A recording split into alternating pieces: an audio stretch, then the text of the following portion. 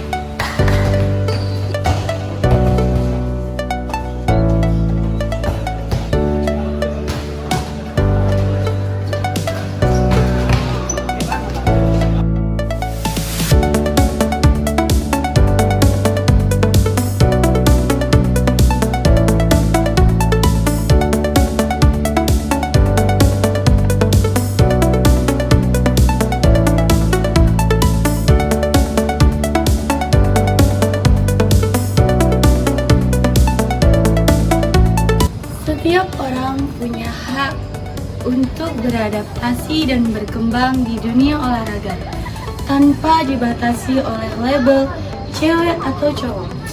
Apa kata mereka tentang olahraga dan peran gender? Yuk kita lihat. Bagaimana Bapak memastikan bahwa perlakuan terhadap atlet laki-laki dan perempuan dalam tim Bapak tetap adil dan setara? Kalau bicara adil dan setara, kalau dalam olahraga kita kan lebih menjunjung ke sportivitas. Selagi atlet itu mampu dengan metode latihan dan juga mampu untuk menjalani program yang dijalankan, semua itu sudah unsur keadilan. Karena jika dia tidak mampu kan kita bisa lihat nanti ada batasannya. Pada saat atlet putrinya tidak mampu atau atlet putranya tidak mampu di batasan yang mana, kita jadikan patokan bagi masing-masing atlet. Saya di sini akan mewawancarai para atlet voli yang bernama tim Patriot. Dengan atas Santi Juliani Ngerung.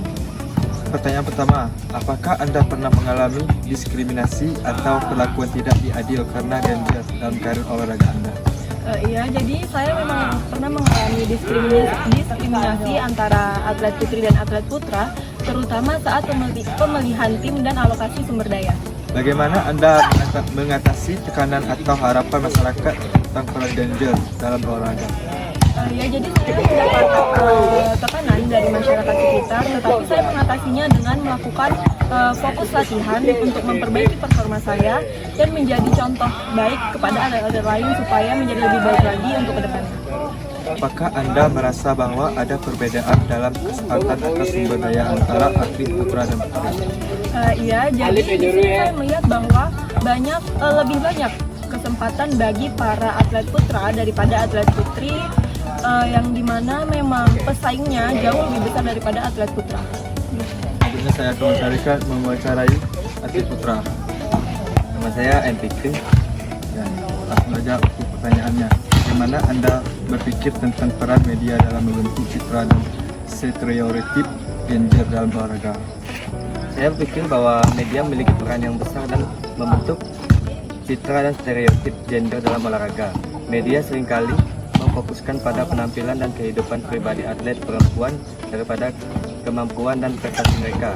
Namun, media juga dapat menjadi alat untuk mempromosikan kesetaraan gender dan meningkatkan kesadaran tentang isu-isu gender dan dalam olahraga. Baiklah, di sini saya sudah berada bersama salah satu tim basket dari Garuda Putri. Namanya boleh Namanya Melinda Triani, biasa dipanggil Mei aja. Baik, saya sedang bersama Mei. Saya akan mewawancarai salah satu atlet di sini. Untuk pertanyaan yang pertama, apa pendapat Mei soal peran gender di olahraga? Peran gender itu sangat penting ya untuk menjaga kesetaraan gitu. Dan juga keadilan dan dalam partisipasinya. Juga diskriminasi gender masih ada. Namun semakin banyak upaya untuk mewujudkan kesetaraan dan mengatasi stereotip yang ada.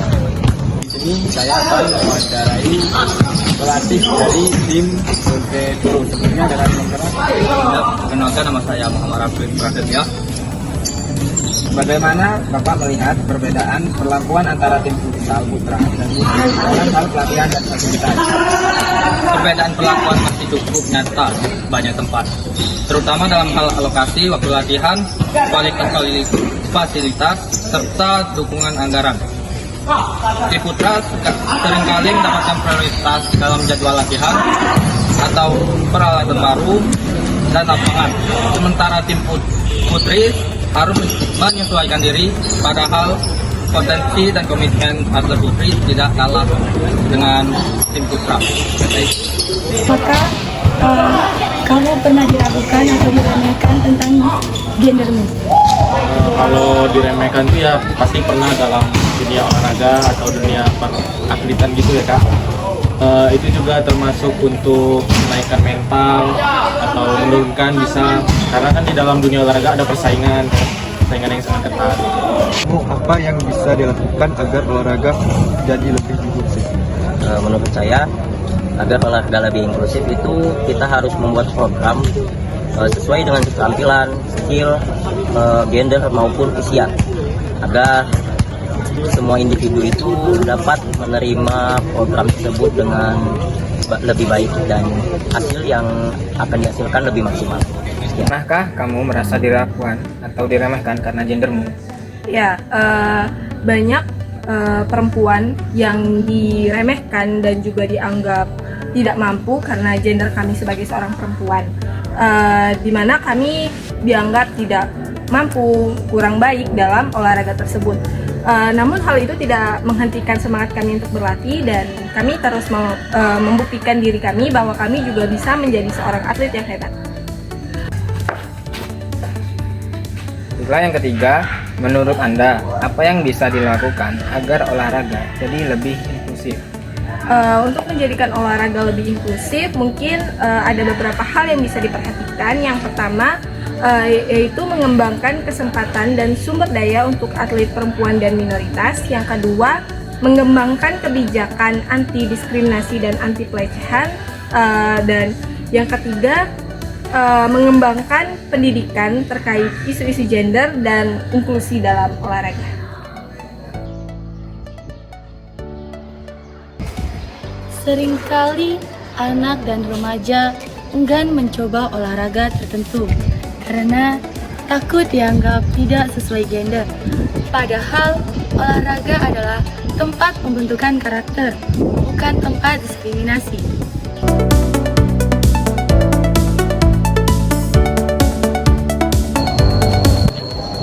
Olahraga bukan hanya milik satu gender saja. Setiap dribble bola, smash bola voli, atau lemparan ke ring basket, semua orang punya peluang untuk belajar dan bersinar.